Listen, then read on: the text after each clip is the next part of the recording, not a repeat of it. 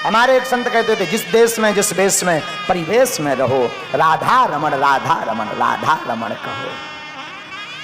चाहे जिस देश में रहो या परिवेश में रहो, गोविंद का गुणानुवाद लो, गाओ, कीर्तन करो। भगवान के पास जाने के लिए जरूरी नहीं कि तुम सोना चांदी लेकर जाओ, मेवा फल लेकर के जाओ। पत्रम पुष्पम फलम तोयम यो में यथा प्रयक्षति। भगवान कहते पत्र हो पुष्प हो, कुछ ना भी हो। कोई हमसे पूछे महाराज भगवान के लिए बढ़िया उपहार बताओ, क्या ले जाए मंदिर में? तो कभी भगवान के घर जाने का मौका मिले और कुछ उपहार लाने का मौका मिले तो कुछ ले जाओ या ना ले जा पाओ, मिठाई ले जाओ या न ले जाओ, पुष्प ले पाओ या न ले पाओ, जाना दोनों हाथ जोड़कर आंखों में आंसू भरकर कहना हम तुम्हारे तुम हमारे। इससे बढ़िया उपहार क्या हो सकता? अपने आप को अर्पण कर देना, इससे बड़ा उपहार क्या हो सकता? बोलो सीताराम, जोर से बोलो। अतः हम लोग सोचते हैं हमने भगवान के ऊपर 1 किलो सेवफल चढ़ा दे, अब जो टन न हो गए, अब फ्री है, अब तो भगवान हमने सेवफल ही खवा दे। या भगवान सेवक के भूखे हैं। अद्भुत बात देखना, जो भगवान पूरे संसार को उजाला दे रहा, हम उसको दिया दिखा रहे हैं। कितनी विचित्र बात। पूरे संसार को कोटि सूर्य समप्रभा, करोड़ों सूर्यों के समान जिनका तेज पुंज प्रकाश है, उन भगवान को हम समझते हैं कि भगवान को दीपक दिखाएंगे तो भगवान प्रसन्न होंगे। बाहर दीपक जले या ना जले, वैसे जलाना तो चाहिए प्रतीकात्मक रूप में, कहीं ऐसा ना हो कि आप बंद कर दो। लेकिन बाहर दीपक जले या ना जले, मन में ज्ञान का दीपक जलना बहुत जरूरी है। हृदय में गुरु ज्ञान का दीपक जलना बहुत जरूरी है। गुरु ज्ञान का दीप प्रज्वलित होगा तो अंधकार मिटेगा, अंधकार मिटेगा तो भगवान की प्राप्ति हो जाएगी। बोलो सीताराम, जोर से बोलो। तो बड़े बड़े महापुरुष कहते हैं भैया भगवान की भक्ति बड़ी अविरल अद्भुत होती है। तो आप ठाकुर के चरणों में जाओ तो पत्रम पुष्पम फलम तोयम यो में यथा प्रयक्षति, कुछ ना कुछ लेकर जाओ। अब बुरा ना माने तो हम करोड़ों की बात बोले पागलो, करोड़ों की बात यह है कि भगवान के घर पर खाली हाथ नहीं जाना चाहिए, कुछ ना कुछ लेकर जाओ।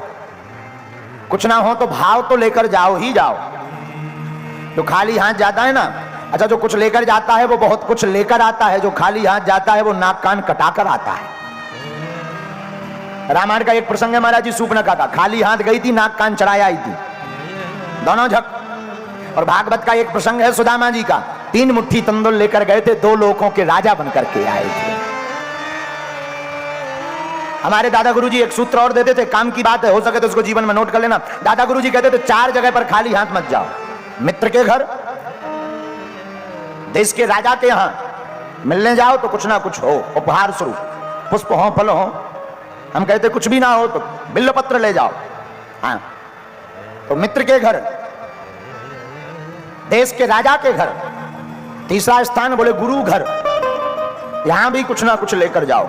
बोले चौथा कौन? बोले भगवान का डर। भगवान से पूछो कि प्रभु आपको चाहिए क्या, तो भगवान ने उत्तर गीता में दिया, बोले पत्रम पुष्पम फलम तोयम।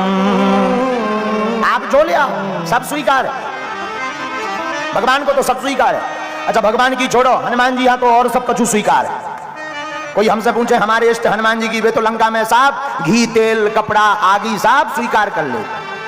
लंका वाले राक्षस बोले हमारे पास कुछ नहीं है, घी तेल है। हनुमान जी बोले वही ले आओ, अपनी पूंछ में लगवा लो। कुछ राक्षस बोले महाराज हमारे पास तो कपड़ा है। हनुमान जी बोले वही ले आओ। तो रहा न नगर बसन घृत तेला, बाड़ी पूंछ कीन कपि खेला। हनुमान जी ने सबके कपड़ा बनवा लिया। एक जगह छोटी सी किताब में हमें वर्णन मिला कि हनुमान जी से एक राक्षस बोला कि पूरे नगर का घी खत्म। हनुमान जी बोले कहां गया? राक्षस बोला आपकी पूंछ में लग गया। तो हनुमान जी बोले तेल खत्म। हनुमान जी बोले वो कहां गया? बोले वो भी पूंछ में लग गया। हनुमान जी बोले कपड़ा? बोले जितने पहने हैं बेभर बचे कहा है, बाकी ठंड में ओढ़ने वाले भी बांध है। हनुमान जी बोले कहां? बोले पूंछ में। हनुमान जी बोले सच में? बोले हाँ। हनुमान जी बोले और श्रद्धा हो तो थोड़ा और ले आओ। और जो पूंछ में जो कपड़ा बांधने सोई हनुमान जी 1 इंच बढ़ा दे, 1 इंच बढ़ा दे।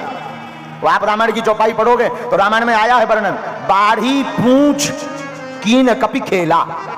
हनुमान जी ने खेल किया। और हम उस किताब में पढ़ रहे थे, उस किताब में लिखा था, हनुमान जी ने फिर कहा कि क्यों भाई राक्षस और बचो कचू? राक्षस बोलो हुजूर सब खत्म है। हनुमान जी बोले जितने जो कपड़ा पहने हैं जी और बांध दो, जे कहां रह जाए। कपड़ों को बांध लिया। एक धन्य है वीर बजरंगबली, जब लंका जलाने के लिए उलट पलट लंका सब जारी, हनुमान जी जब लंका जलाने लगे तो किसी ने पूछा तुम घर घर क्यों जा रहे? बोले चंदा भी तो घर घर से आया, रसीद भी तो घर घर से कटी, इन लोगों ने घर घर से चंदा दिया है, क्यों छोड़ दे? हनुमान जी चले जा रहे थे तो एक विभीषण करग्रह नाही, एक विभीषण जी का घर छूट गया। हनुमान जी से किसी ने, पत्रकारों ने माइक लगा दिया, हे महाराज वापस लौटो, जो घर रह गए जलावे हैं। हनुमान जी बोले लिस्ट में चेक करो, इनके घर से चंदा आओ। तो राक्षस बोले नहीं, इनके घर से नहीं आओ। हनुमान जी बोले जब चंदा ही नहीं आओ तो प्रसाद क्यों दें? तो जारा नगर निमिष एक माही, पर एक विभीषण कर ग्रह नाही, पूरे नगर को जलाया पर विभीषण के घर को नहीं जलाया। एक संत हमसे बहुत ऊंची बात बोल रहे थे, बोले विभीषण का घर इसलिए नहीं जलाया क्योंकि चंदा नहीं आया, दूसरा कारण यह था इनके घर के बाहर रामायुध अंकित ग्रह, शोभा बरन न जाए, नव तुलसी का वृंद तहे, देख हरस कपिराए। इनके घर के आगे राम लिखा था, जहां राम लिखता है हनुमान जी उस घर को जलाते नहीं, बचाते हैं, जहां राम नहीं लिखता है उसको जला देते हैं। ये हनुमान जी की लीला। और देवताओं की तो छोड़ो, हमारे हनुमान जी तो सब स्वीकार कर लेते हैं, आगे भी। हाँ, एक बात तो छोड़ ही दी हमने बीच में, पुस्तक में लिखा है कि जब हनुमान जी की पूंछ में कपड़ा बन गया, तेल लग गया, घी लग गया, एक राक्षस आगी लेके आओ, हनुमान जी बोले जा का है? बोले आगी। हनुमान जी बोले यही ले आओ। अच्छा, राक्षस को लगा कि आगी लगेगी तो पूंछ जलेगी तो बंदर चिल्लाएगा।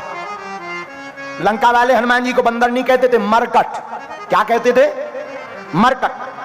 अच्छा, मरकट क्यों कहते थे? लंका वालों ने नाम निकाल रखा था क्योंकि हनुमान जी मारा